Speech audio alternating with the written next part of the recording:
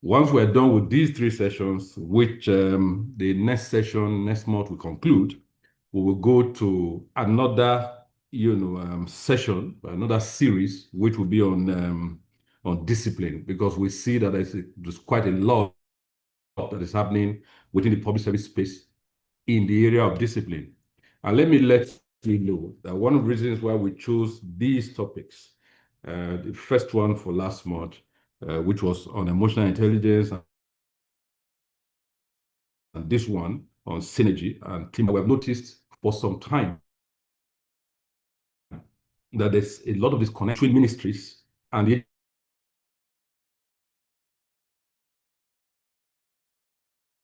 agencies working within this space. We should deal with, and with the knowledge that we have from such a distinguished speaker like the one we have today, who was in the service as a permanent secretary, who has seen it all, who will give us his lived experiences about this issue, I'm sure will be the better for it. So I want to welcome you all once again to this program and to thank His Excellency, just like Dr. Peter has said, for this initiative. This initiative is part of our 38 module Edo Prep program, which is as a program targeted at ensuring that the Shine agenda of His Excellency the Governor succeeds, and not just succeeds, but succeeds phenomenally. Because we believe, and the governor also believes, that if we do not have a strong, virile, and agile civil service, we will not be able to implement or execute the Shine agenda successfully. Mr. Governor is one governor who has always told us that we must allow the civil service to do the work of the civil service. Otherwise, civil servants must do the work of the civil service. That's targeted towards building capacity internally. And I'm very glad to announce to you that all of what has happened on Edo Prep has resulted in building capacity. Thank you, Teju, for your mention of the award that we had just some 2 days ago. As a matter of fact, I believe that award is for all of us here. And for those who may not know, the Council of the Bureau of Public Service Reforms is actually headed by the President himself and Commander-in-Chief of the Armed Forces of the Federal Republic of Nigeria.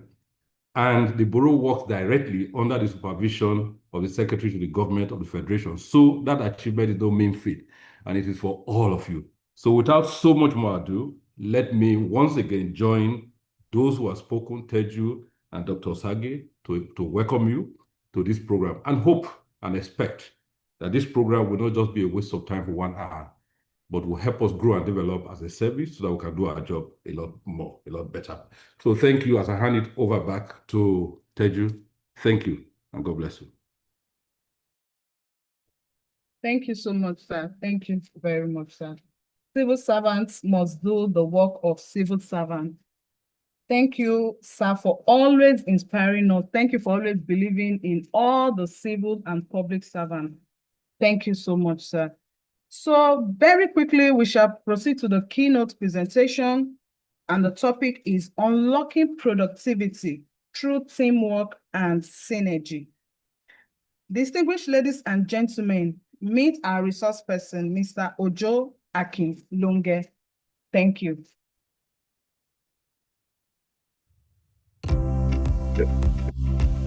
Ojo Akinlonge is a graduate of the University of Benin, the University of Leicester, and Nexford University. He has held diverse career and business roles, including over 17 years as a human resources professional at Shell, and later as a consulting partner. He owns and manages businesses across multiple sectors, including printing and publishing, education, photography, and videography. Between 2022 and 2024, he served in the Edo State government, first as Special Assistant to the Governor on Strategy, Policy, Performance and Change Management, and subsequently as Permanent Secretary in the State's Ministry of Education. Currently based in Benin City, Ojo oversees a number of ventures, including consulting services, co-working and training facility services, and a cafe. He also serves on the board of a leading private educational institution in Abuja. Ojo is the author of 3 books spanning prose, poetry, and business entrepreneurship. He has co-authored a 4th book and is actively working on several additional writing projects. He is well-traveled. Ojo is a born-again Christian. Ladies and gentlemen, meet Ojo Akinlonge. Everyone. Thank you so much. Good morning, everyone. Permit me to stand on existing protocol, and especially let me express my congratulations to the head of service, Dr. Antonio Kubowa. I mean, I'm not surprised at the strides you're making, and I am not surprised also that you've gone national. I guess the next step is to go international. Congratulations, and it's a joy Thank to you have so been much. a part. Thank you. Yeah, I mean, it's a joy to have been a part of the service when before I got into the civil service and government, I saw government from a totally different perspective. When I got into government, I realized that government is very foundational to society's survival and existence. It's government that enables businesses, lives, social, economic, and everything. So it is important that as government, we as civil servants, that we're nimble, we deliver results and work synergistically. Thank you for making this invitation, and I want to recognize all the permanent secretaries on this call, directors, and everyone. Thank you so much. It's a joy and a privilege. I consider myself as an Edo citizen, and I'm always happy to be a part of progress being made in the state. Again, thank you so much. So I'll jump straight to my presentation. So let me try and share my slide, and then I hope we can take it on from there. I don't know can you see my slides, please? Yes, we can. Okay, so I'm going to be talking about stronger together, unlocking productivity through teamwork and synergy. Like you all know, my name is Ojo Akinlonge. I'd like to take you through this presentation, and I guess at the end, take your questions. But if you have a burning question, you may want to stop me and ask. But I guess you get a better gist of it all if you're patient enough to take me to the end. Quick reflection, somebody said, Henry Ford, he said, if everyone is moving forward together in one direction, then success takes care of itself. You might ask why. If you see the birds that fly in formation, they go great distances. They don't lose their member because they have a purpose, they have a vision, they know where they are going. Imagine if some were flying back, they will not get to their destination. If you look at the service also, there are very clear purpose. We know as an institution, as a body, where we're going. You want to make Edo State that will prosper, provide first-class service, all that you have in mind to do. If everybody works towards that direction, you achieve good success and quickly so. So think of the best team you've ever worked with. You want to ask yourself, why was it the best? We always know. You will see synergy, you will see teamwork, you will see excellence, you will see purposefulness, and there's vision, there's clarity of direction where we're going. You may want to ask yourself, but what makes it succeed? There are so many more. And it's important that in any team we find ourselves, whether as head of the team or team member, whatever role we play in the team, we understand where we are going. We've contributed to the total goal of the organization or the team, and then see ourselves working in the same direction. Interestingly, once we don't, then we have a challenge. You discover some people are moving forward, some people are moving backward. The energy dissipated trying to get others to face the same direction is just so much, and it doesn't help. I guess that's why you're talking about this. What are the learning objectives? Understand what teamwork and collaboration is. Appreciate synergy in productivity. Recognize team personality styles, which I think is going to be very helpful. Build collaborative relationships. Identify barriers to teamwork and develop practical strategies. I know I don't have a lot of time. I may not be able to cover everything, but rest assured, the training material has been provided to Dr. Osage, and I'm sure he can feel free to share it. So let's move forward. Why does it matter that we work as a team? Today is a fast-paced world. Before something, while you're still working within the government sector, is already in the news that this is happening. So when we're not collaborating, working collaboratively, you discover that people are passing information that's inimical to the progress of the service. We're also highly technology driven. So we need people handling every aspect of the business. Not just handling every aspect of business, ensuring that there's synergy, there's collaboration. We're talking together. We're not working in silos. It's diverse yet interconnected workplaces. It is the diversity coming together and the interconnectedness that makes us work as a team, as a whole, and deliver the singular result that we aim to deliver. Of course, we're going to work together in this sector, in this diversity and technology-driven system. We need collaboration.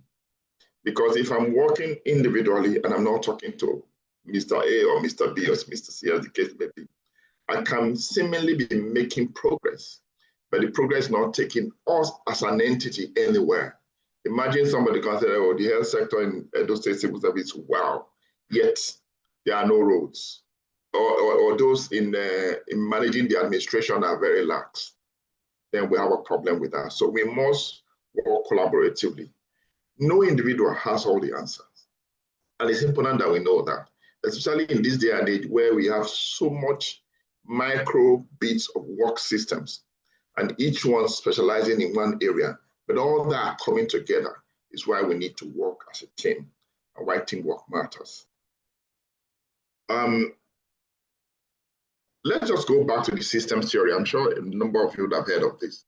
The system theory says that, the organizations function as an interconnected system, which form the base of collaboration and collaboration. If you look at even the solar system, every bit of the system is interconnected and they work together synergistically. The systems theory gives us the best approach and the best study of collaboration and team working. And when there's a problem, the system collapses. When we understand that every time we work in silos and we're not connected, we are having a collapse of sorts. It might not be apparent to you, but those taking service from us get to know that we're not working together well. Those who are designing policies are clear about what they want to achieve. Those who are executing these policies should be clear what they want to achieve. And those who are on the operational front. Now, if there's a break in this interconnectedness, what happens? The service is not delivered. Every part matters. Every role contributes to the total functioning of the system, and every action affects other people. When we understand this as an entity, as a group, then we know that whatever part we are playing, even if it looks very minute to you, it's critical for the success of this organization. The whole is greater than the sum of the parts. That's what the system theory says. Meaning, we being able to deliver as a whole, as an entity, delivering the result we aim to deliver is more important than the individual piece. It means, therefore, that every individual part that makes the whole should work synergistically. We should have a neat handshake. We should pass information on work system and products and services from the different units to the other person seamlessly at the right time, in the right frame, in the right moment, so that as a team we deliver. Because when you look at what we do as government, as the civil service, it's easy to say, oh, well, I do policy, I do operation, I do this, I do that. At the end of the day, the citizens they know you as government. If there's any failing, they look at you as a failed service. What we now need to do is understand this and ensure that everyone that's contributing one bit or the other, we're doing our part to ensure that we fit in, we work collaboratively, and we work as a team. Your one individual success is less important than the success of the group. And of course, the success of the service. I mean, like the head of service said, that the award is not an individual award. That's magnanimous. But of course, he sees the part that all of us play. If he was excellent in policy, but excellent in every aspect that he does, and we don't have collaborative service from permanent secretary, from directors, from the workforce, then you're going to have all this back and forth. But I guess that is the synergy, is the collaboration, is the teamwork at different levels, at all levels, that made us successful. So again, success comes to all of you. And of course, it's important that we're putting together, we're pushing in that direction. But let's just expatiate a bit on teamwork and synergy again. Teamwork is working together. We understand that we're a team, we're working together, we're achieving together. Collaboration means we contribute to the work of others. We work as a team together. Each team is a team. And each team finishes a bit of work and passes the work to another.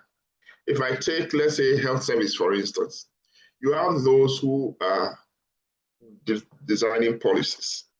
We have those who are procuring products. We have those who are working the systems. All of them, different teams, must also interface with other teams. Then if you then look at a ministry, you might think they are single and they're standing alone, but there's an interconnection. So each ministry, each agency, each department must work as a team effectively, and teams within these organizations, these ministries and departments and agencies, must also work collaboratively and work as a team and collaboratively within their unit. But that unit, that whole entity of ministry and agency, must also collaborate with other ministries and agencies, and not see ourselves as competing, or not see ourselves as not part of the other people. And of course, we must collaborate, contribute to the work of others, and achieve synergy together. Where are we going? How do we ensure that our individual capacities are built, but at the same time that these individuals are contributing to the work of the whole? And then what collaboration looks like? Collaboration requires knowledge sharing. We cannot hoard knowledge because we think it's only us that know it. It's important that we share knowledge. When we share knowledge, people understand what it is you're doing. They know who to talk to. They know your capacity. They know what you're delivering. They know what to get from you. It ensures that resources are pulled together, that resources are not hauled. I mean, there are times you have a ministry and they've delivered on their part, and they have additional funds, and we need to use the fund for something else that's critical to the state. The head of service might make that decision, and people might look at it as taking our money. It's not so. It is that there are needs here and there and there and there. And the leadership often will sit back and say, where is it hurting the most? Where do we take these resources to at this point in time? So collaboration requires that resources are pulled together and they're shared in the right form. It means also we must combine our expertise. I don't want to be a best performer and the rest of the team is weak. The same way, you don't want to be shining as a ministry and yet the Edo State Civil Service is down and it has very negative publicity. Thank God we don't have that. But it requires that we share expertise, that efforts are coordinated. Often things need to be done and we need resources from across different departments, different ministries and different agencies. That all these efforts are brought together, are pulled together and get the result that we require for the team. It requires that strengths complement each other. There are strong teams, there are strong individuals. Sharing resources may mean that you are moved from one unit to the other to build out resources. That the expertise of your team is used in another place to make people earn value and make the team build. At the end of the day, we as an entity, as the civil service, we keep our eyes on the goal. What do we want to deliver? What deliver a world-class civil service and service to the people? How do we want to deliver it? Deliver with the right resources and person. And how else do we want to do it? We want to do it as nimble, as efficient, and as effective as possible, touching every part of the state. If this is going to work, then we need to collaborate. And this is what it means. Share knowledge, pull resources together, combine expertise everywhere, and make sure that the efforts are well coordinated and that there's strength, that each of our strengths are complementing each other and getting the result that we want to get. Now, again, let me just talk about the benefit of collaboration. Number one, we use resources better. There's no point in any organization's life that we have enough resources. For the state, it's even more. The state is diverse, is wide, and is big. There are different capacities and different resources in different parts of the state. What do you want to do? You want to ensure that the resources of the state are effectively utilized, and you have various ministries looking at different aspects of the state. We want to be sure that we are better utilizing the resources of the state for the benefit of all, and to show a service that is competent, capable, and have its eyes all over the place. We want to solve problems faster in terms of communication, in terms of passing information, in terms of synergy, in terms of how we converse with what goes on. We want to improve innovation. Today, the world is changing. Any organization that stays in the past will be forgotten. We must show the existing innovation, whether it's in terms of how we deliver results, how we communicate, how we interface with our citizens, how we interface with our stakeholders. We want to use technology and innovation to get better results. It is out there. When we collaborate effectively, we can use various innovative practices to get results. We want better decisions. Because the civil service has one of the best, one of the most competent workforce of any organization in the world. It's interesting. We have competent people, people with highest level of academic qualification, people who are vast in policy, people who have good understanding of how operational issues are done. We need to be able to make good decisions across board, so that at the end of the day, as an entity, what's most critical is that we can see that all of us are working together, and we're succeeding together, and we're achieving together. And also, we want higher engagement. We want involvement of everybody. We don't want errors. We want to increase productivity, and that's what collaboration does. You have people who are more engaged. You reduce errors, because when I collaborate with you, you can see my fault, you can see my weakness, you know where you're coming to make a difference. And when we do that, we have less mistakes and therefore increased productivity, which is what we are talking about. Just talking about productivity. This is what an individual, an organization, an individual said. Individual equals to skill plus knowledge. Team effort equals to skill plus knowledge plus collaboration plus trust. So we see the value of team effort, why it is important. Of course, we have to have our individual skill, but we'll bring our A game to the A game of another. We'll bring all this together. We take it to the next level in terms of what result we get. And when we collaborate effectively, we get results. And it leads to high-performing teams. When we have high-performing teams, you see respect, you see trust, you see open communication, shared goals, accountability, flexibility, creativity, supportiveness. I used to hear that some time ago, yes, Mr. Kennedy. Yes, Mr. Kennedy, you raise your hands. I think you can continue, sir. Okay, cool. So when we work effectively and we're collaborative and work as a high-performance team, you will discover that within the team, you have trust, you have respect, you have open communication, you have shared goals, you have accountability, you have flexibility and creativity. And in fact, what this does for us is to go back to our different units, different teams, different MDAs, different ministries and departments, agencies, and ask ourselves, do we work as a team? Is there trust amongst us? And if there's not, we need to talk about it. Why do we think there's no trust? What do we need to do about trust? Because you can't work as a team where there's no trust. We have respect one for another. We have boundaries. Are we communicating openly? Because you don't communicate openly, I cannot know where you are at this point in time and what I need to take over from you and run with. We have shared goals. If we don't have shared goals, like Ford said, a team that is working together in the same direction achieve better, achieve faster, makes better progress. Is there accountability, the feedback? Is there flexibility? Are we creative and are we supportive? Now, I'll move forward a bit.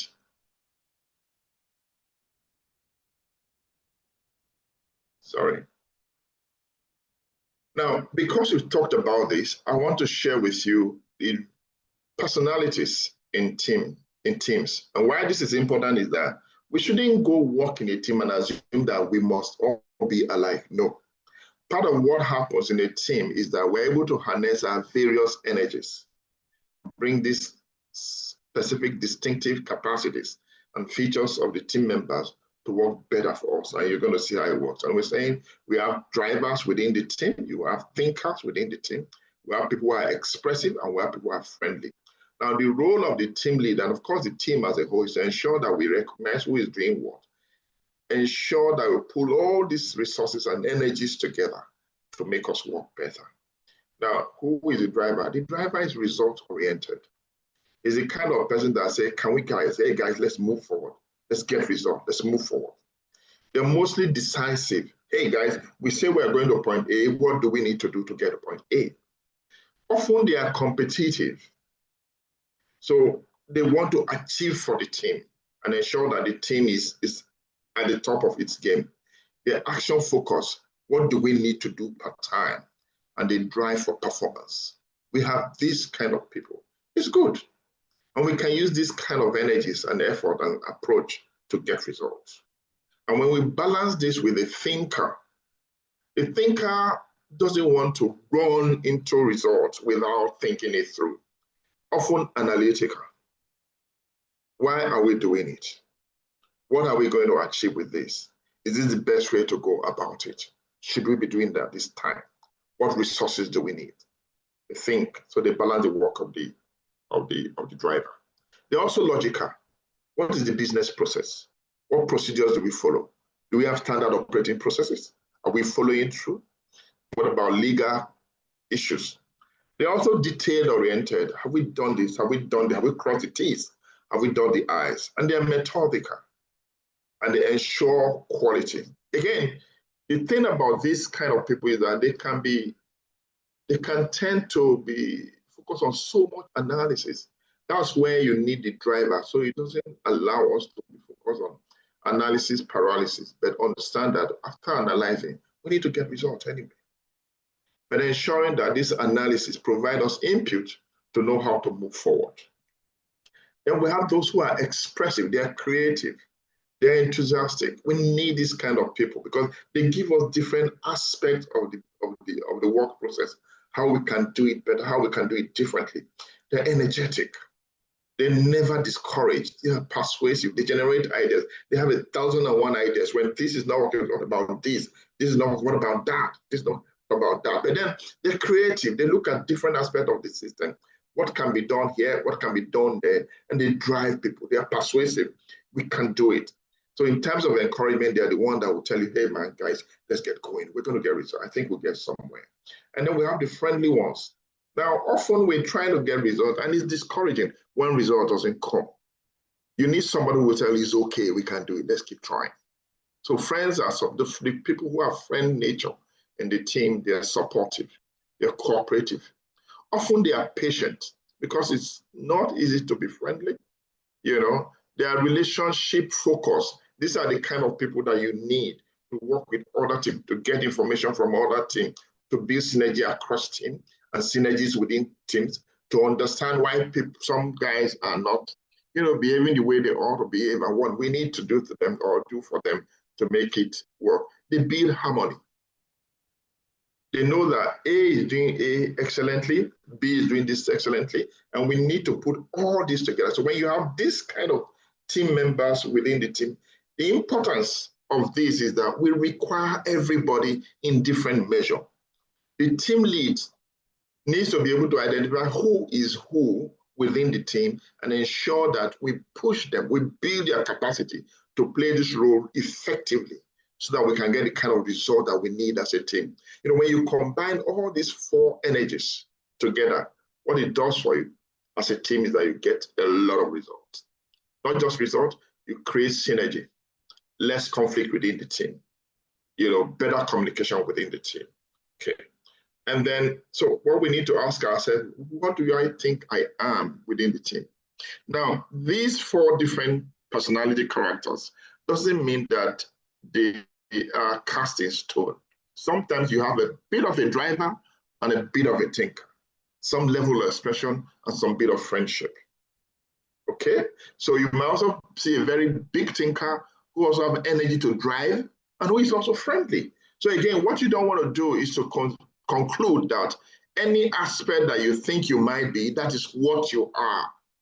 Okay, and I think it also brings us to that point of asking ourselves, if I'm not such a friendly or outgoing person, and I think it's important to get team results, as a leader, what should I do? How do I build friendship? How do I communicate better? How do I sit back and think through problems? How do I drive the team? But when we have all these characters in equal measure, we get a lot of results. And then how do we build a collaborative team culture? Look, teams don't work if we don't have a defined culture to work with. I like to use the birds, the migratory birds. Nature is so good. And in some form, when these birds want to travel, let me tell you the interesting part of this migratory bird. They know exactly what time to move. They know exactly where they are going. They know exactly who is going to be the lead bird. And let me tell you interesting about migratory birds. When they travel, they have a lead bird. The lead bird takes the first steps and others follow. Among those birds are different groups of different types of birds. There are the old ones, there are the junior ones, there are the baby birds. But every one of them makes the distance. You know why? The lead bird takes the lead, and as it goes, it breaks the aerodynamic force pressure and creates a slipstream for the other birds, so that the smaller birds don't have to flap their wings so much and dissipate so much energy. They virtually glide a lot of the time, and they're able to make the journey in great distance. And interestingly too, as the lead bird starts and it gets tired, he withdraws backwards and another bird takes over with equal capacity. And as they do that, they create again a big slipstream so that the following bird can just glide and use less energy. That's what defining goals does for us. We're very clear about our goals. We know where we're going to. If we don't have clearly defined goal as part of our team culture, people will do their own in their own form and in their own way. It's important that we have defined goals. Number two, trust. Bible even says, can two work together unless they agree? So we need to be able to work as a team and work in trust. Number three, we need to encourage participation. You know, we're different. We already see that in different kind of people that we have. We do not work off as a leader or even a team member and say, well, this guy is not involved, he's discount, he's enchanted, blah, blah, blah. Get everybody in. You know, in this day and age, we talk a lot about diversity and the power in diversity. So it's necessary that we ensure that the diverse nature of the group is harmonized, brought together, and get the value of it. We must value differences. We're different. We see things different. When we work as a team and we hear the different people, we're able to integrate all these different differences that we have to make a better team and to deliver better results. Because we must communicate. If we don't talk to ourselves, we don't know where we're going, and we don't know how we're going. We must also recognize our contribution. Oh, this guy is doing well, excellent, well done. You know, do the needful to ensure that everybody's happy being a part of the team. What are the benefits of collaboration? What are the, trying to see, just one moment, please. Sorry. 1 second. I don't know, I'm not seeing this thing well. What are the barriers of collaboration to collaboration? Poor communication. I already said it in the benefits. When we don't communicate with ourselves, people are not mind readers, for Christ's sake. So you need to tell it, you need to reinforce it. Now, sometimes it's easy for us to think that, oh, I know it, so everybody should know it. No, that's why they are not where you are. Talk about it, tell it, reaffirm it, get feedback. Communication is very important. We must build trust, because when there's lack of trust, people cannot trust your leadership. People cannot trust your collaboration. Then there's suspicion. So we need to be sure that we do not have lack of trust, because those will be big barriers. Then role ambiguity. Yes, we work as a team, but we must still deliver individual parts to make the whole work together. Again, personality conflicts. We're different. We'll talk differently. As we build capacity in understanding how we communicate, we must ensure that our personality difference does not create a lot of conflict within the team. And of course, some of us are resistant to change. We'll be doing it like this forever. Why do we want to change? Change is a necessity. But again, it's important that we're communicating this change while we're doing it. And of course, poor leadership. Every leader, every good leader is first of all somebody who has self-led himself, who has been able to take initiative, plan, organize life around, organize his work processes, organize his business around him. Then you can lead others. And it's important that every day we're asking ourselves how. And I tell you something, in the new world that is coming, the emerging business world and workspace and professional space, a number of things are going to be important. Leadership, technology, and knowledge, amongst others. So every one of us, we must build our leadership skills. And it starts with what we call self-leadership. Self-leadership. Because at every space in our lives, we're leading one small group or the other. Okay. What should you be planning? What would you start doing as individuals? And you work within the team. Number two, what should your team stop doing? What are we not doing right? Have we ever sat amongst ourselves as a team and asked ourselves, how exactly are we doing? Are we getting it right? Are we moving ourselves in the right direction? What should we stop doing? And what should your team continue doing? In what areas are we doing well that we need to uphold? And what is our success factor? What do we do about that? In conclusion, we understand that individual talent create possibilities. We understand that team creates result and synergy creates excellence. Together, we can achieve more. Together, we can grow stronger, and together, we can succeed well. Yeah, thank you very much, and I hope we have time enough to take questions. Thank you for listening. So over to you, moderator, and then you can refer me to any of the slides you want to talk about or you want to ask questions, then we can talk. Thank you very much. Thanks for listening. Wow, thank you so much, sir. What an excellent presentation.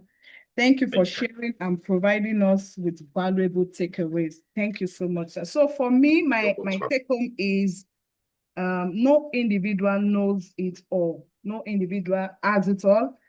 When we collaborate effectively, we get results. We become a high-performing team. We become a high-performing service. Irrespective of the challenges we face, we should be determined to work together. And also, as civil and public servants, we should also intentionally know where we belong. Are you the driver? Are you a thinker? Are you the expressive? Are you the friend? And to intentionally also try to fit in those 4 categories. Thank you so much, sir. Thank you for this presentation. So quickly, I would like to invite Dr. Joy Akibe, the Permanent Secretary, Oil and Gas, to take us through the question and answer session. However, before that, the HS would like to say and comment on your presentation. Sir, thank you. The HS, sir. Okay, Teju, thank you very much for bringing me on board. Mr. Akinlonge, thank you. Thank you very much, sir. I can't thank you enough. They say that only the deep can call to the deep. You're deep. And this morning you've called to the deep. I'm very, very happy. Someone said, the legal maxim, we say, nemo dat for non habet. If you don't have it, you can't give it. We see that you have it aplenty, and thank you for giving it to us aplenty. Thank you very much, sir. One minister says, if you didn't day, it didn't day. If you don't have it, you don't have it. So thank you. I'm not surprised because when you were here with us, your wealth of experience, particularly in the private sector, your knowledge, you brought to bear on your work here, and it benefited all of us. So please see this as just a start. There's a lot more that you have to do for us, at least from that side. I'll be glad to. Thank you. We'll call you again and again and again. So I just want to say something. A lot of things that you said today, like Teju said, she took something away. I'm also taking something very, very definite away. And that's the issue of communication. One of the reasons why, as we have seen in service, why we have people not being able to work together. Like the Bible says, can two work together except they agree? And if they have to agree, there is a need for them to talk to each other. But what we're saying in service shows very clearly that people are not talking to each other. Commissioners are not talking to agency heads. Even some commissioners are not talking to permanent secretaries. Commissioners are not talking to special advisors. So it's a major problem that we're having within it. I'm not very, very sure, because I shared the link on the ESCO platform. I'm sure one or two commissioners are here with us. I've asked them to see whether there are some who are here with us. I'm sure also there's some several heads of agencies are here, and then special advisors as well. So communication is key. If you must move forward together, then you must talk to each other. You can't be not talking to each other and expect to move forward together. So thank you very much for that. So the question I have is this. For every agency of government, there are situations where you have an ecosystem and you have a ministry leading that ecosystem. But within that ecosystem, it's not just that ministry that is the sole occupant of that ecosystem. You have agencies within that ecosystem. And they're expected to work together so that they can achieve the objectives of government as far as that ecosystem is concerned. But what we're seeing now is very different. We're seeing situations where commissioners are having issues with agencies are having issues with commissioners and all of that. And that's really slowing us down. So I'd like to know now the issue of maintaining boundaries while working together. How do we deal with that? Because for each one of these ministries and agencies, there are boundaries, sometimes set by law. There are some that have laws that spell out what their responsibilities are as far as their work within that ecosystem are concerned. Is concerned. So how do you maintain those boundaries? How do you maintain and ensure that people don't go beyond their boundaries in a bid to work together? Because we're seeing that happen very frequently in service. So please just give us an idea on what we need to do. And before I drop anchor, I just want to also mention to everyone here, there are over 130 persons on this call, not just here, the other platforms as well. The Vital Knowledge Sharing Series is the first of its kind in this country. And I think that we should applaud ourselves for that, because other states are now even beginning to copy us. So I just thought I should mention that. So over to you, our speaker. Thank you so much. Thank you.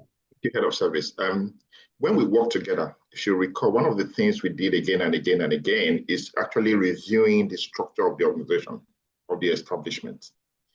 It's interesting, most organizations, especially government, they have a department of establishment and they have a civil service commission. What is done is that there's a structure that tells us how we are set and how we operate. The organizational structure also tells us the authority levels. When we leave these structures in such a way that we're not communicated clearly where we are, who we are, how we work, this can happen.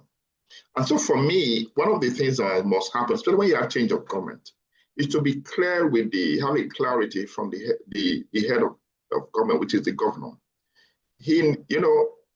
The civil service is deep. Civil service is broad. People who have spent 30 years running the structure of government, the services, there's a lot of knowledge base there. It's our responsibility in the service to have the governor, His Excellency, understand how this works and hear from him or her how he would want us to work. There will be need for engagement across various ministries. You can use the ecosystem, you can, various formats. And then we are clear in our structure. In most cases, the ministry has under its ambit the various agencies and departments under that. Whereas there's some level of autonomy, but what you are trying to do to create a management system outside of government or a governing system that looks at, okay, if you have education, In education, you have various bits, tertiary education, secondary education, primary education, and all that kind, various other parts. They are education. That's what everybody knows. If the Board of Technical Education is having a conversation and the commissioner does not know, he will look stupid. He will make the governor look stupid. So once we belong to the same ecosystem, there must be meetings. There must be knowledge sharing within the ecosystem. Projects within the ecosystem must be clearly articulated and known and understood by those who heads the agency. And there's no agency that is standing in silo. It's either you're within the ministry and there's a commissioner therefore, or you're reporting to the head of service, or you're reporting to governor directly, whichever way you are. We need to be sure that everybody in a particular ministry understand that as a ministry, we are preaching one message, education, for instance, or healthcare, or whatever it is. And everybody, there's got to be a coming together of the team leads and an understanding of what needs to be done and what is being done, and then who takes lead. You know, we don't always agree, which is okay. But that we agree that we do not agree on how what we're doing is important. Then we can agree to then communicate what we have now agreed to communicate. I think it's very important that people, mind you, people are also coming into government, they've never worked in government before. Some have been businessmen. So getting them to understand the structure of the government is very important. Civil service, when I say government, I mean civil service. How we deliver, what we deliver, how do we share message? And creating that culture of having conversation, meetings, discussion amongst ourselves, so that we are saying the same thing. I think for me, that's the best way to do it. And the head of service, the SSG, also getting these leadership teams together and being able to create a culture where people talk amongst themselves in various ecosystems, and also as at different leadership levels, being able to share knowledge and talk about what we're doing. But importantly, in managing the system, each ecosystem must talk among themselves. The decision process must be very clearly made. Standard of procedure must be in place. The processes of achieving and agreeing what needs to be done must be clearly stated. And people must be educated. There must be a conflict resolution system. When we think we're not making progress, who should we talk to? There must be conflict resolution system within the levels of government that should be made of something like head of service, SSG, or at that level where we think, look, Ministry of Land is quarreling with this Geographic Information Service System and all that. They are disagreeing on control and regulation. If they cannot talk to themselves, being able to have a team, a senior level team that says, hey guys, sit down, what's the problem? This is the way the structure works. And this is what we uphold. Because often we will disagree, but we must meet, we must talk at all times amongst ourselves and across ecosystem. Because we can't work in silos, we must work as a team. I don't know if that answers your question, sir. Yeah, Mr. Akin, thank you very, very much. Yes, it does answer the question. You mentioned the issue of conflict resolution. As a matter of fact, that's one of the issues I raised in my book, and I dealt with it, extensively. We need to have such a mechanism within the system. We're working towards building that, So, but again, I want to also let everyone know, because in an ecosystem, you also need to understand that there is role delineation. And that's important because the commissioner, for instance, is the leader of an ecosystem. He is the one who speaks for the whole of that ecosystem in ESCO, So it's important, like Mr. Akinlonge said, that we are aware that, from the different, agencies within the ecosystem, there are briefing sessions, maybe at regular intervals or maybe as the commissioner may determine to let everyone know what is going on within this, particularly the leadership or the leader of that ecosystem, so that when there is a need to speak to any issue within that ecosystem or that arises from that ecosystem at ESCO, or there's a need to brief the governor concerning any issue in that ecosystem, the commissioner is aware. And if he's not available, maybe he's on leave, others, particularly the permanent secretary, is also aware that this is what is going on and this is what action that should be taken. When one person leaves the system, whether summarily or planned, then the system doesn't crumble because everyone is aware of what every other person is doing. So thank you very much, Mr. Longa. Thank you very much, sir. Appreciate it, sir. Over to you, Teju. Thank you, HS, sir. So I would like to invite Dr. Joy Hakigbe, the Permanent Secretary, Ministry of Oil and Gas, to take us through the question and answer session. PS, ma'am. Thank you, Teju. HOS, sir, other top government functionaries in this session, colleagues, ladies and gentlemen, welcome to this section. We'll be taking questions and answers. Please, if you have questions, kindly put up your hand.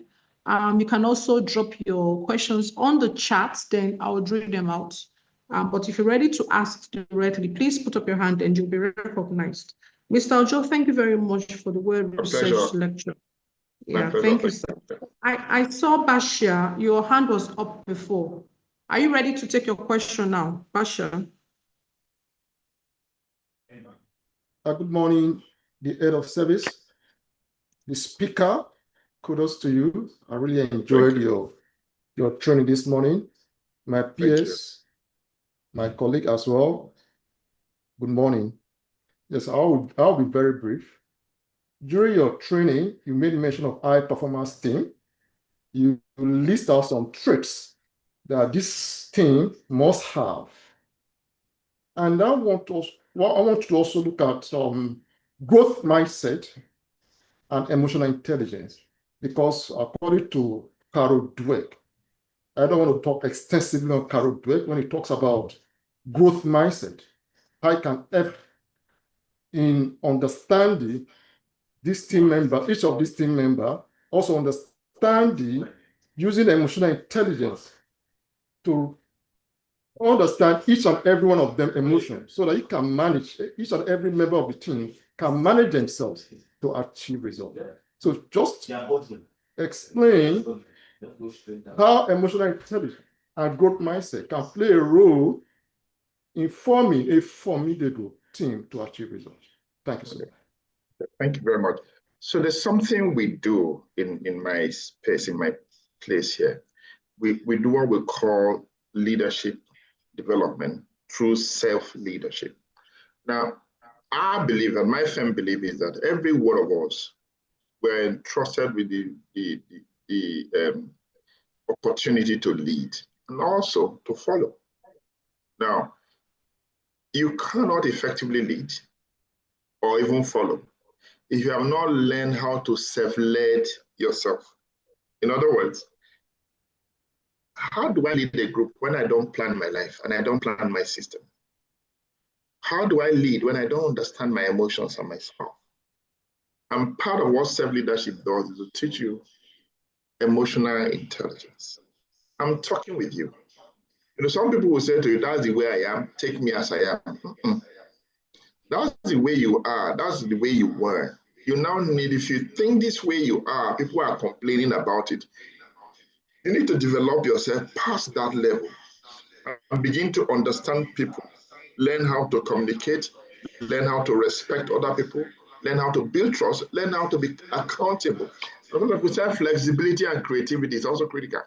In all of this, even though it didn't specifically talk about emotional intelligence, but flexibility requires that when I see the way you communicate, when I know and understand how you do things, I'm able to take that in and know how best to relate with you without creating conflicts. What's emotional intelligence at the end? Is being able to understand who you are, who those people are, the other persons are, and how do I relate with them without conflict in a positive way. So it's very important that as individuals at this level that we are, we lead families, we lead friends, we're involved in teams. It is important that we are able to lead ourselves, that we're emotionally intelligent to understand what our team lead wants, what our colleague wants, and all that. Because I think at the end of the day, what you don't want is quarreling every day and not understanding, having conflict. So it's very, very important that we do that. Now, when we also work in team, it doesn't mean that it's only the team result that we look at. Your part in the team is important. Because some teams, you have people working 150%, adding 150% value contribution. Some others are adding, they are bringing in only 50, some even 20. Now, the team lead has the responsibility of ensuring that there's a balance, that everybody is contributing to a greater extent, equally. So, and it is in your contribution that you also have growth. If you don't contribute, if you don't do, you don't learn. And if you don't learn, you don't grow. And of course, even within a team, there are different activities. You may move from one particular skill area to another skill area to another skill area. Ideally, when I worked as an HR advisor, the way we manage career is that if you are in, let's say, finance and you're a professional accountant, we want you to be able to do reconciliation. We want you to be able to do reporting. We want you to be able to do receivables, disbursement. All that bits, they require different kind of skills. So therefore, we ensure that in the course of your career, before you move to the next level, you have enough knowledge in these different areas. So as a team member, it doesn't constrain you to do just one thing.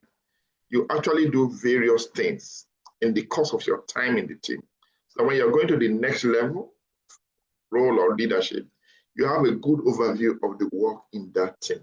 Number one, as you get progress forward, you have a good overview of the whole ministry. So if you were in the Ministry of, let's say, Legal or Ministry of Justice, initially you're talking about going to court as a junior lawyer, and then you are doing other parts of the Ministry of Justice. We want to be sure that you have done litigation, you have done this adjudication where you are doing other things, you have done drafting, legal drafting, you have done policy. All that doing gives you the exposure. So the team enhances your skill. So every point you find yourself in the team, you build capacity and grow. But in that process, you also grow leadership. I don't know if that answers your question.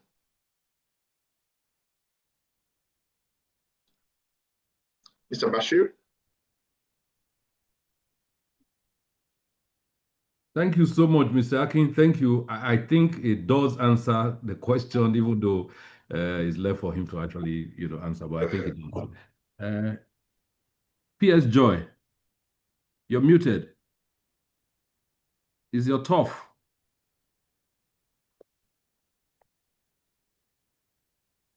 What is happening? Is she double tasking or multitasking? I think she's muted or something. She's muted. Yeah. P.S. Joy, you're muted. Is there any other hand up? Teju?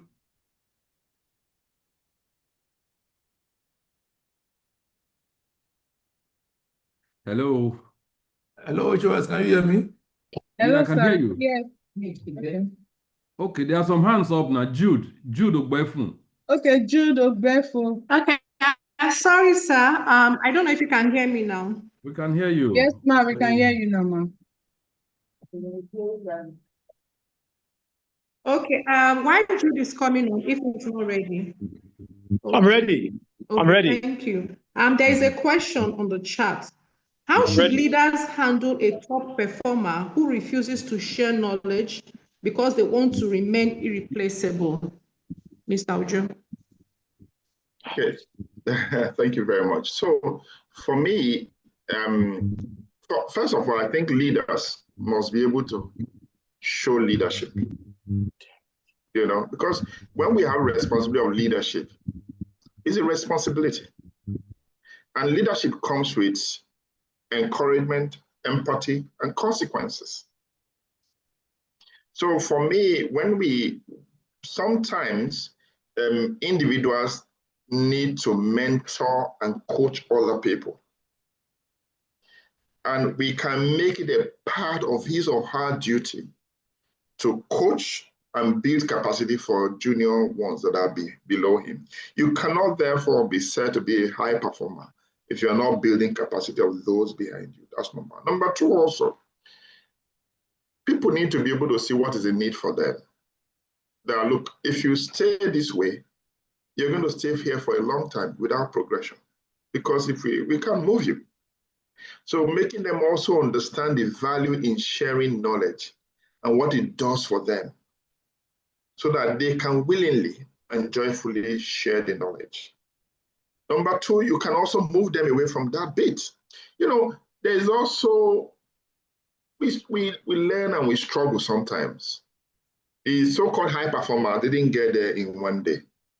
And if it's becoming an institution that is not willing to share knowledge, we can move that person to another role and bring in somebody there. The person may struggle, but with study, with coaching, with help from the leader, he or she may also build capacity and be a better professional.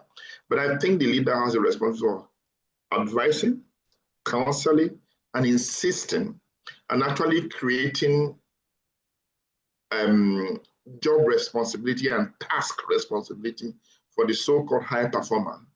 And is expected to come back to say, yes, this is what I have done, and this is how I'm guiding them. If you have done all that and think you're still not getting results, the person can move into another role and take other people in there, handhold the person, guide the person to training and development. Do a lot of training these days. You have a lot of online support system. Get it done and build the capacity of the other person.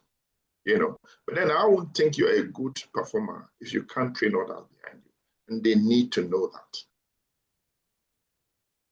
Thank you. Thank you. You're absolutely correct. A good performer must be ready to disseminate knowledge. There is a question also, for one to become an effective leader, must one possess the 4 personalities, that is the driver, thinker, expressive, and friendly? Oh, no, not necessarily. So I think any good leader should have a bit of everything, maybe stronger in one area. But I think leadership is being able to provide the influence. Every time you hear about leadership, you are told that leadership is influence. You know, the difference between leadership and a leader and a manager is that whereas the manager has the authority to get some things done, the leader relies mostly on his capacity. Of course, management capacity and authority, but bigger than that is the influence to cause and make changes and get things to happen. You know, so when you are a leader and you think you're not a good communicator, there's somebody within your team that's an excellent communicator that you can give responsibility to. If you think you must have something, and within your team, you must have resource person that you also build capacity and give authority and responsibility to cover for the area that you don't have. But ultimately, you must have a bit of everything and have an understanding that all these parts are important. Beyond those 4 aspects of teamwork, there are various other parts of leadership. Like a big one is emotional intelligence. You cannot be an effective leader without emotional intelligence. It won't work. You know, so you as a leader, you would also be developing yourself on an ongoing basis. You know, leadership is about learning and continuous learning and adding value to yourself and adding value to the team. But definitely, you don't have to have all the skill, but you must have the capacity to build your skill and also have the knowledge and the sense to utilize the resources within your team to ensure that the team is delivering 100%, 150%, or even 200%. Thank you. Jude EC has a question. Okay, Mr. Jude. Jude, are you here? Okay, to keep the space, how should government measure the success? I'm here, my phone was muted before. You I'm are here. ready? Good morning, yeah. Okay, good morning, go everybody. ahead. Yeah, good morning, everybody. Good morning, the digital HOS. Good morning, every speaker. Good morning, every member, all the permanent secretaries of Edo State Public and Civil Service. Good morning, my fellow public and civil servants in Edo State. It's quite a privilege to be here. Thank you very much for the knowledge sharing series, for putting this program together. It's quite a pleasure to be here. This is my question. Together, everyone achieves more. Notwithstanding the concomitant strengths, weaknesses, opportunities, and threats that may be inherent. But however, in a team, at the workplace, how can we deal with the recalcitrant weakest link? recalcitrant weakest link, palpably recalcitrant. Everybody knows the weakest link, but he or she is adamant at adapting to a new way of doing things in terms of teamwork and collaboration. How could we handle such? Thank you very much. Yeah, thank you, Jude. You're welcome. I think at the end of the day, one of the things I know that Edo State Civil Service has is that there's a performance measurement system, both at the team level and at the individual level. Now, if you want a system not to work, then remove consequence management. Like I always tell people, we were having a conversation the other day and somebody says, oh, it's imperialists that have impoverished us in Africa. That's just not true. Imperialists didn't tell us to drive against traffic. They didn't tell us to throw waste all over the place. To a great extent, we haven't activated our consequence management. But I'm strong on consequence management, but I'm also strong on providing counseling, advisory services, guidance, training, development. And I think one of the things that I see that these white people do is that every week they have a meeting. When you work in an organization that has white person, you would think that every day we are talking, but what that helps us to do is they deal with all the issues as it comes. So for a team, we need to get ourselves together, even on a weekly basis. What are we doing? Who is doing what? What is expected of you? There should be role clarity. What am I expected to do? In what form am I expected to do it? When am I expected to deliver it? Who am I going to talk to?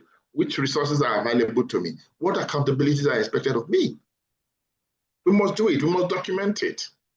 And when that individual is not delivered, you need to ask yourself, it's not all about consequence management, though. We need to ask him or her, are you having a problem? Is it a home problem? Leaders must be able to build that capacity of influence where people can share with them, not just work-related business, but even individual problems, especially if the person not just, doing it for doing sake. With that, you're able to understand what challenge this person is having. There are people that go through a lot of hell in their homes. And the only way they can express it, the only place they are able to express it is in the office. They're sometimes crying for help. Some other persons are having problems, maybe with their children that's gone on to drugs or doing Yahoo, and they're absent-minded. We cannot jump to consequences. We want to know who are you. And the best person to know who people are in the team is the team lead. Influence requires that people should have confidence in you and trust in you as a leader to come to you to talk to you. So you have that responsibility as a leader. Why is this person doing what he or she is doing? Is he crying for help? Is there a way we can help? Is this job overwhelming for him? So you need to ensure that you have taken all that out. Is it an attitudinal problem that needs to be dealt with? And then is it a distraction? Once we have done all that initial investigation, we need to do a formal warning. What we don't do is shout on people. What the Igbos will do, they will call you for a documented counseling. Professionally, that's what we should do. Documented counseling. And the person knows, I'm going to escalate this matter to Civil Service Commission. I'm going to escalate this matter to Human Resources. I'm documenting it. Once you have done that, the person understands. Then, if need be, put the person on performance improvement. Sometimes you need to be coached. Sometimes it needs to be mentored. When you have done all that, then draw the big stick, which is the consequence management. I do not believe that I'll wake up and go to work every day and it's meaningless to me or you. So when that work is threatened, chances are you're going to sit up. So I think it's very important that we go through everything that needs to be gone through with respect to individuals. What is the problem? Is he going through challenges in his home? How can I help? Have a meaningful conversation with this person. Document. Let the person know what the next step of action I want to take. Okay, because I'm concerned about this, based on these evidences, I'm going to put you through a performance measurement improvement system. Or because of this and that, I'm going to get you a coach and a mentor to guide you. Because of this and that, going to pass you through this and that and that. Of course, the time comes and I say, you know what, we've done this, we've done that, you're not improving, so we're going to do a warning letter, whatever it is. And then we're going to put you on whatever it is. Thank you. That's how I would do it. And I hope that answers your question. Okay, PS Joy, just let me make this comment. Mr. Joe, again, thank you for this. What we're trying to do now with the new rules that we have a new set of rules, even though we're still waiting for His Excellency's approval to those new rules. One of the provisions we have made in those rules, which is also novel in this country at the moment, is that we are now going to have rule-enabled mentorship. You know, because before now, mentorship would be very low on mentorship. You have brilliant people, intelligent people, resourceful people within the system, then they exit. And all of that resourcefulness, all of that brilliance and intelligence exists with them. You know, so that has been a major problem. So you see that the service is continuing to remain exactly at the same spot without growing, even though over time we've had people, very brilliant people, you know, within the system. So now we're not just encouraging mentorship, we are also going to ensure that you show it who you have mentored as part of your performance metrics. You know, it's something that we're working on, it's part of our new rules. You know, Excellent. so again, we have also made counseling compulsory, you know, intra-service. And that again is part of our new rules. Nowhere else in this country you find that now. I'm sure they'll begin to copy us very, very soon. You know, Excellent. so these are the things that we're doing, and we're ensuring that everyone in the system, because really there are some people who have problems. I had that situation here one time. There was a high-performing officer. Sometimes the performance just dipped, and we're to give him a query. But I said to myself, let's look at this officer. Why did he suddenly become the way he is? I would realize that this guy had issues at home with his family, and that was impacting his performance negatively. So if we had gone the route of just issuing a query and then punishing him and all of that, we would not have achieved that. So he spoke to me, and I realized that there was a need to talk to him. And that's where emotional intelligence also comes in. Emotional intelligence, the other aspect of it is social intelligence. You know, how do you operate within a group and all of that? But all of that we'll talk about, you know. But thank you. I just thought that you mentioned this. Thank you. Over to you, John.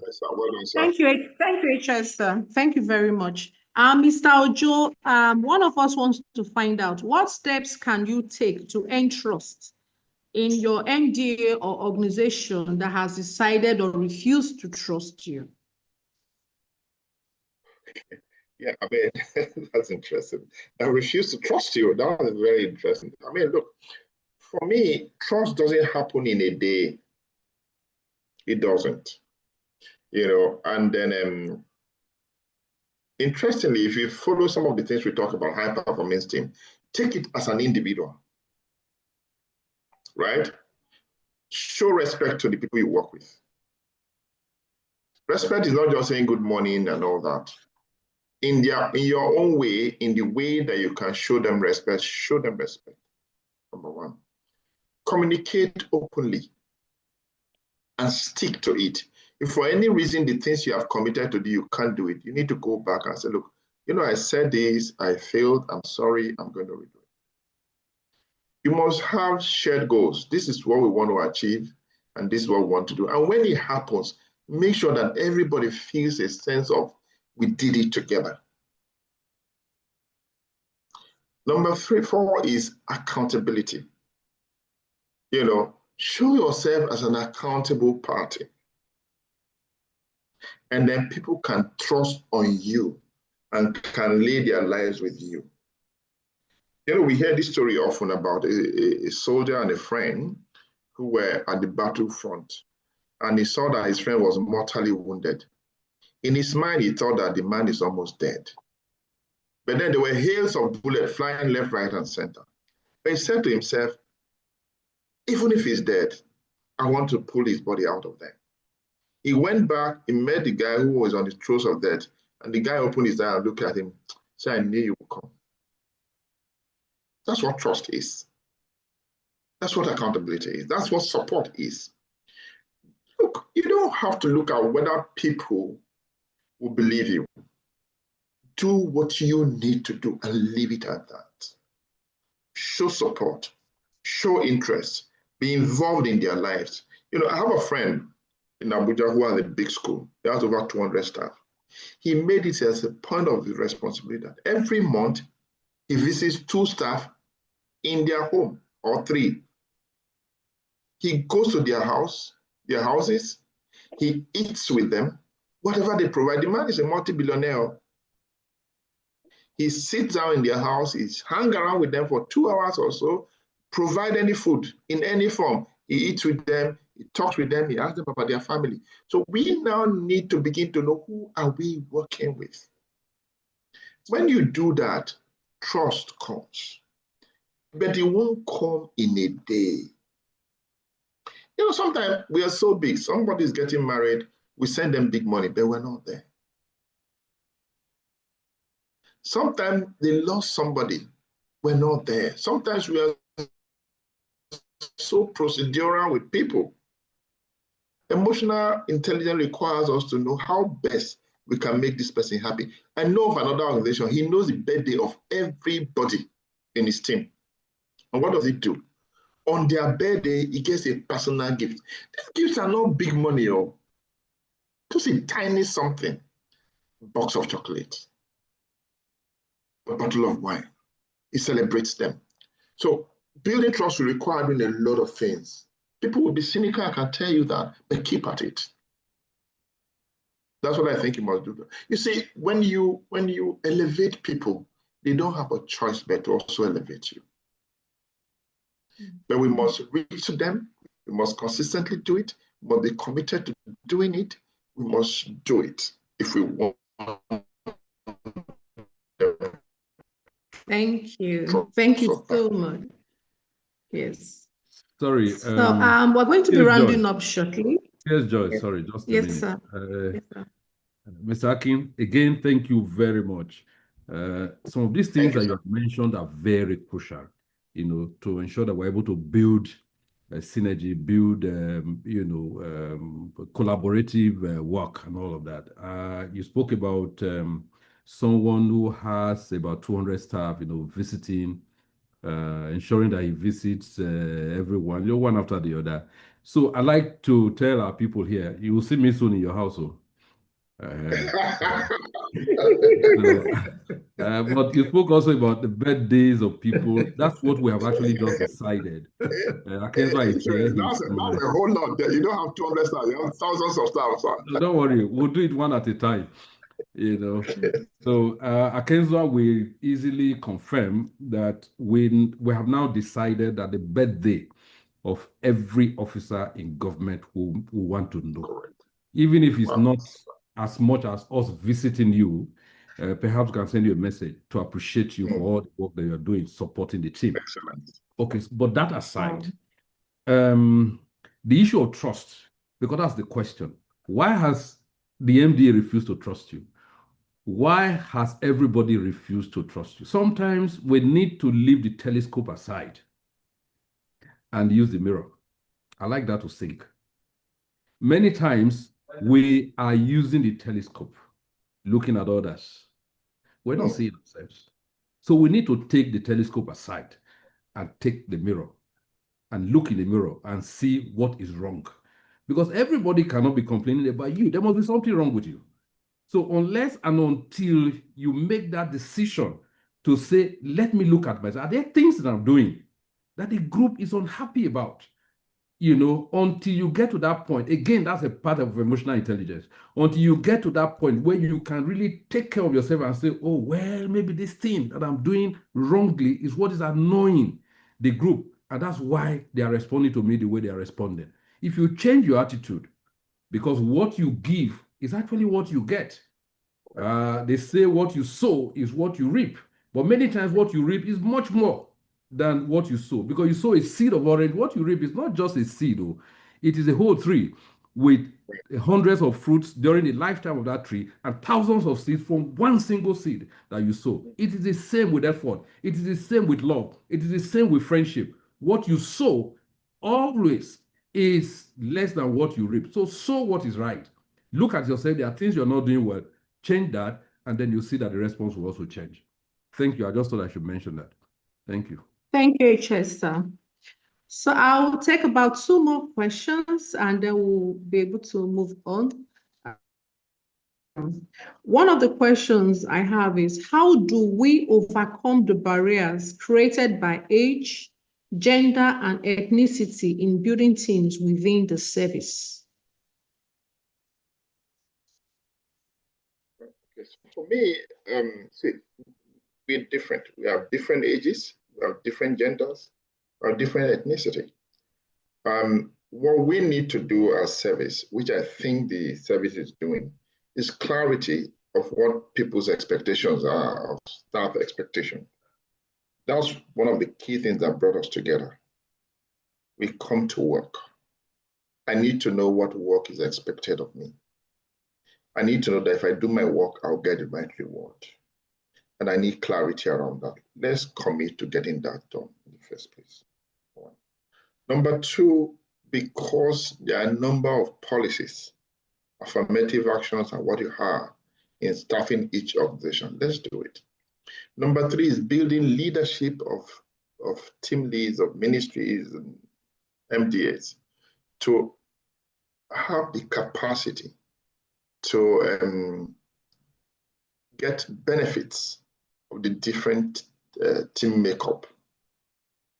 And also understand that while people are different working in the same entity, you as a leader have the responsibility of harnessing the energies and the diversities within your team to get the result. And I think it's important. One of the things that would have to be happening again and again and again is continuous leadership development. Because the work of government and the service is big. If we get it right with the civil service, the society, it will show in the society. It will show in our schools. It will show in the health care system. It will show the kind of food that we're designing and developing. It will show in how businesses are regulated in this state. And now you have a bigger one coming, state police. If we don't create the right policy, we will all be consumed in it. So it matters that leaders are developed continuously. You know, people who don't know. They think you spend so much money on leadership development, and it's a waste. That's not true. Everything rises and falls on leadership. So for me, my pushback would be, look, let's commit energy, resources, and forum like that may not even cost any money to build leadership capability, right? Both at the junior level, stuff on what followership means. How is followership leadership as well? How does followership develop leadership skills? Let's talk about middle-level management. Let's talk about high-level management. There's a course that we curated, and it's titled Leadership Mirroring Nature. Just looking at how nature works, and how do we build capacity as a leader? It's very insightful, very interesting. And there are so many other leaders. We must also commit our followers to take leadership courses that are free online. I'll tell you what, if we can build leadership skills across the service, it will tell and it will show. So I'm a strong believer in excellence leadership, building leadership skills, and ensuring that the people who work for us, who work with us, have that capacity. Once you do it, I guess a lot will happen in turning around the service.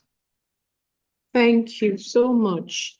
And my last question for this session is, how should government measure the success of team building efforts in the state? Yeah, so, okay, where I used to work, although, I mean, government is different. Where I used to work, we have 2 reward systems. We have a system. The team reward tells how the individual rewards, how you have delivered as an individual. Now, I believe very strongly that the government, the civil service,